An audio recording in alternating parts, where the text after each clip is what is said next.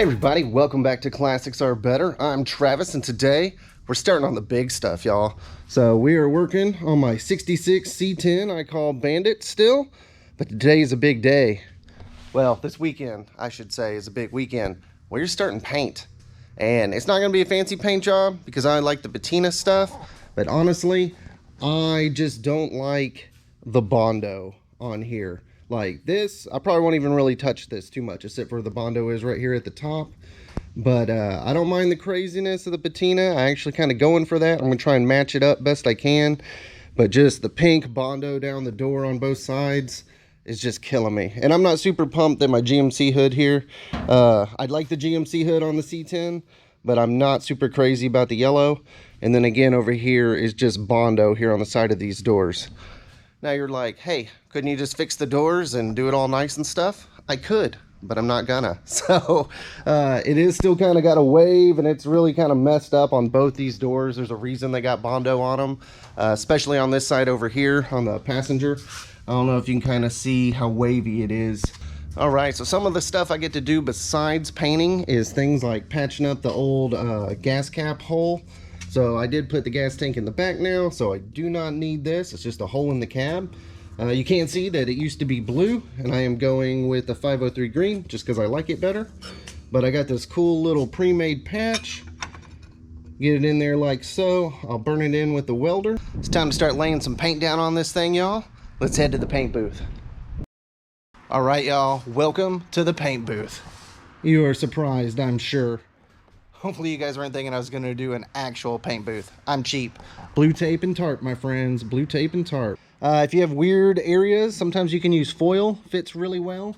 Same thing like using like a shopping bag or whatever for areas that you want to stick it in behind something that are really hard to tape up or get your hands into. So use little weird things like that will help you out. So now I got to just burn in that fuel cap cover on the other side of the cab real quick, and then it is time to lay the patina level down.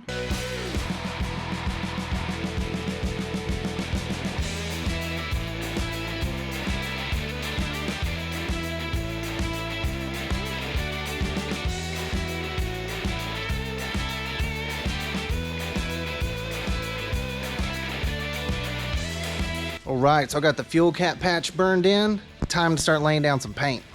These are kind of the colors I'm using for my undertones, so oxide red, some dark browns, black as a layer, and I'm gonna hit a little bit of shot of gold on there just to sauce it up a bit in a couple spots or whatever. Let's go.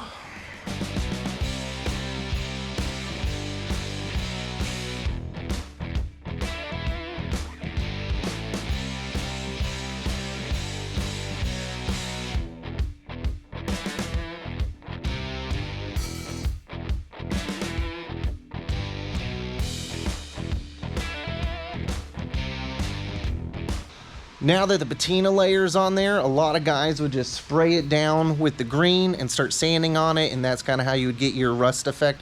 I have an extra step. I like to use a medium. In this case, I'm using old coffee grounds. So I will wet them up a little bit and basically stick them on the truck, fling them on the truck, get it positioned in all the areas that normally gets rust on these old C10s, you know, the hood, the top of the doors, all that kind of stuff where rust needs to be. The idea being that it's going to be very irregular, some shape that I cannot do, you know, just with a sanding motion or anything like that. Just kind of like real patina is, where you get weird little dots and scratches and whatever that just gives it its character. All right, so I added some water and some sand to the coffee just to kind of help it bind together and stick to the truck a little easier.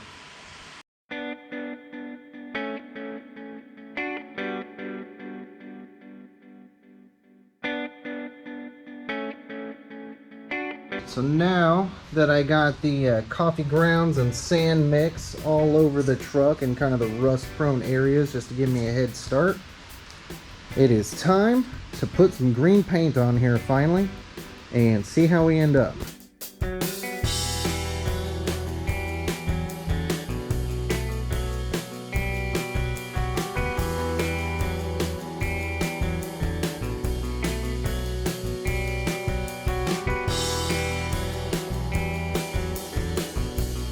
I have a green truck. Well, a mostly green truck anyway. So I think everything went down pretty good. I just need to let this dry overnight.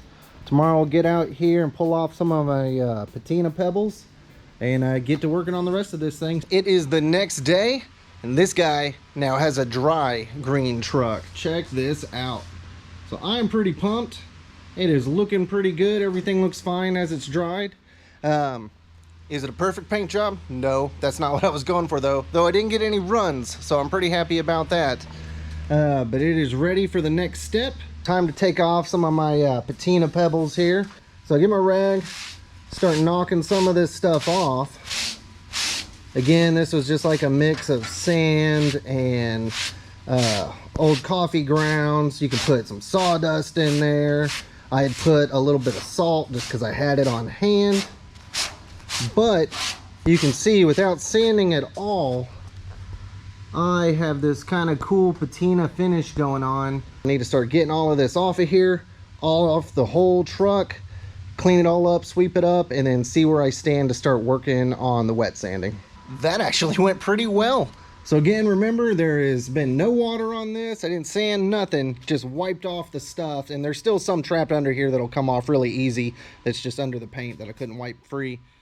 But you can see how kind of just a regular and random pattern that gives you that you just can't get with sanding. But the hood came out great. The front, where you would normally kind of have some road, speckles and stuff from rock chips and all that kind of junk hitting it, came out really good. And so did the hood. You can see the brown and the red and the black just right under this top layer. I tried to barely spray it. For the wet sanding, I'm just going to start off with some like 400 grit just to kind of help knock off a lot of this top stuff that was just stuck under the layer of paint. And then I'll switch to 800 when I'm trying to feather stuff in a little bit. Plus that'll just kind of smooth all this out. So anyway, go slow. Again, it's one of those things you don't want to have to put more paint on. You can always take some more off, and you don't want to burn through your patina layer. But other than that, keep it wet and take your time, and you can do it as much as you want. So if you just want a little bit of patina, just wet sand a little bit. If you want to go nuts, go nuts. It's all up to you.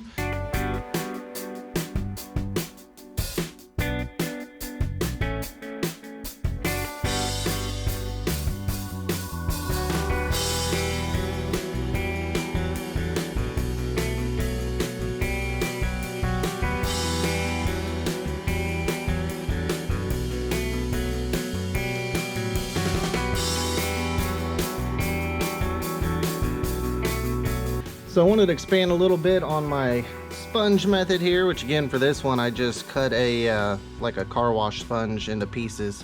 I've been using that to dabble stuff everywhere. You're just gonna put whatever color you like on each sponge, kind of pat it out nice and light till you kind of get a feel for your pattern and how wet this is, kind of affects how it looks, etc. Then go back over and blend it a little bit, and then after all that dries, you kind of wet sand over that just to blend it all out. But I find it's working pretty well doing that kind of approach down on the lower spots and where I really want to dial it in, since I want the crazy patina look. And then up top where I put like the debris and patina pebbles up here, the red oxide's really coming through well with the wet sanding. So using a combination of both approaches is really helping out.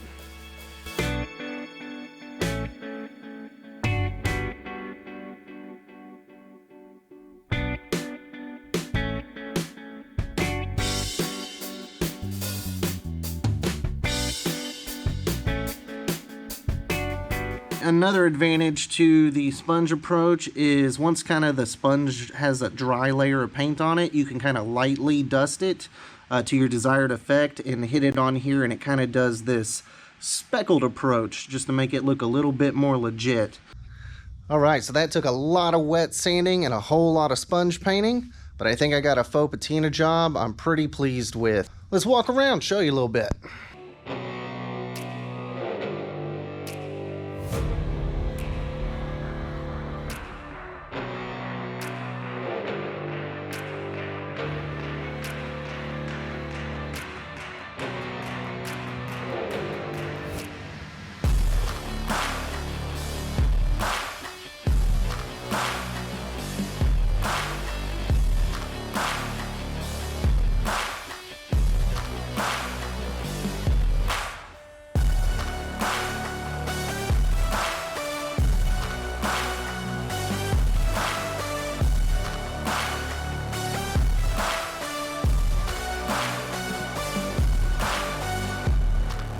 Could it be better? Yes.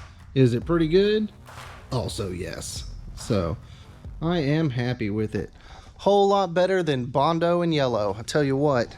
In review, I think it turned out pretty darn good. Could it be a little better? Of course, you always see things later that you'd rather improve upon, but that's life, right? Anyway, I would say that my first method here with the patina pebbles definitely turned out the best, the most realistic out of anything. If you're gonna have a painted truck and you just want to have a kiss of faux patina on there, this is the sauce, baby. This is the way to do it. That looks the best. I mean, on the doors, on this, it was for sure the best looking approach. Now, trying to do a big, large area, you know, I wish I had used a little bit more pebbles, but doing the wet sanding really paid off. You just really have to make sure that your under layer, your patina, your oxide layer, red, brown, whatever you choose, is really thick so you don't burn through. Anywhere I did kind of scratch or burn through really shone through on this hood since it was yellow under all this. So that's why I kind of went with a little bit of the sponge up here, a little crazy.